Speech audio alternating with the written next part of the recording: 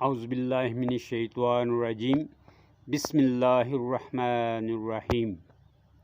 السلام علیکم، کیسے ہو سب؟ میری دعا ہے اللہ سب کو اپنے حفظ و امان میں رکھے۔ ہمارے نبی پاک کی شان مبارک۔ ایک دن ابو جہل مسجد الحرام کے دروازے کے پاس آ بیٹھا۔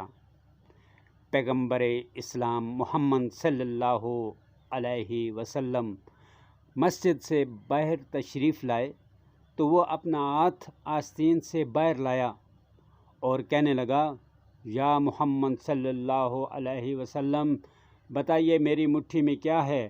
اگر محمد صلی اللہ علیہ وآلہ وسلم نے صحیح جواب دیا تو میں اپنے ساتھیوں سمیت آپ پر ایمان لے آؤں گا۔ حضور پر نور صلی اللہ علیہ وسلم نے فرمایا، تیرے ہاتھ میں ایک ڈبیا ہے جو ساتھ میں لپٹی ہوئی ہے۔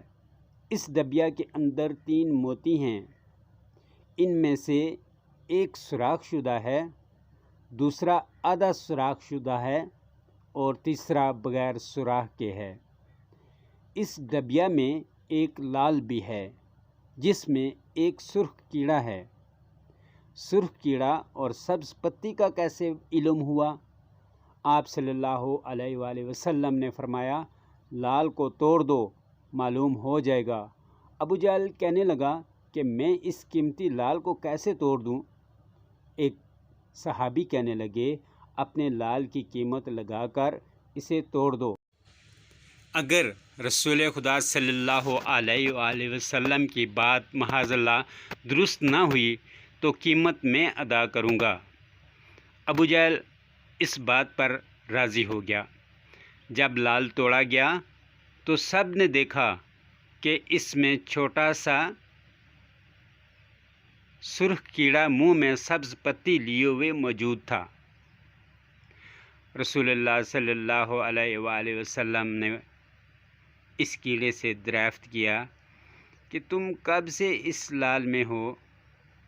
کیڑے نے پہلے آپ کی خدمت میں سلام عرض کیا، پھر کہا، مجھے نہیں معلوم، لیکن اللہ تعالیٰ مجھے روزانہ 3 سبز پتیاں عطا فرماتا ہے۔ آپ صلی اللہ علیہ وآلہ وسلم نے فرمایا، تیرا ذکر اور تسبیح کیا ہے؟